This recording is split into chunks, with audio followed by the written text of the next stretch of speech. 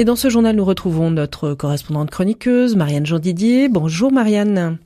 Bonjour Erika. Aujourd'hui, vous nous parlez santé avec cette approche médecin, expertise, solidarité. La Charente cherche la bonne formule. Et oui Erika, on parle souvent de la désertification médicale en Charente comme d'un constat subi, presque comme d'une fatalité. Pourtant, l'actualité récente nous montre autre chose. Le territoire bouge, cherche, expérimente, tente des solutions. Et dans ce contexte actuel, c'est déjà une excellente nouvelle. Le premier exemple, par exemple, avec le partenariat porté par le département, signé entre Charente Santé et l'hôpital Foch. À partir de septembre, les médecins généralistes salariés du département pourront s'appuyer sur des spécialistes de cet établissement reconnu pour lire les examens, affiner un diagnostic, orienter un traitement ou gérer des cas complexes.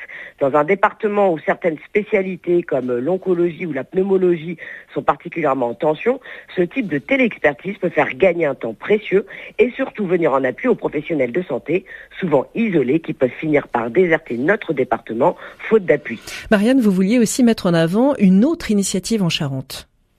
Et oui Erika, le deuxième signal positif, c'est à Mérignac avec l'ouverture du centre porté par Médecins Solidaires. Là aussi, on voit émerger une réponse concrète.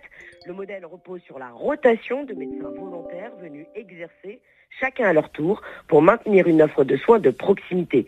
Ce n'est pas une solution classique, mais c'est justement ce qui la rend intéressante. Face à une situation exceptionnelle, il faut parfois accepter des organisations nouvelles et innover. Et la forte mobilisation des habitants lors de la réunion de présentation montre bien l'ampleur du besoin et de l'intérêt des Charentais. À travers ces exemples, Marianne, c'est en quelque sorte un état d'esprit qui s'affirme. Et oui Erika, ces deux initiatives sont différentes, mais elles racontent la même chose. En Charente, on ne se contente plus de constater la pénurie, on essaie d'apporter des réponses dans une logique d'innovation, de créer des passerelles pour développer l'attractivité et de maintenir un accès aux soins indispensable à tous. Ces initiatives tendent à ce que les habitants ne soient pas les oubliés de la carte médicale.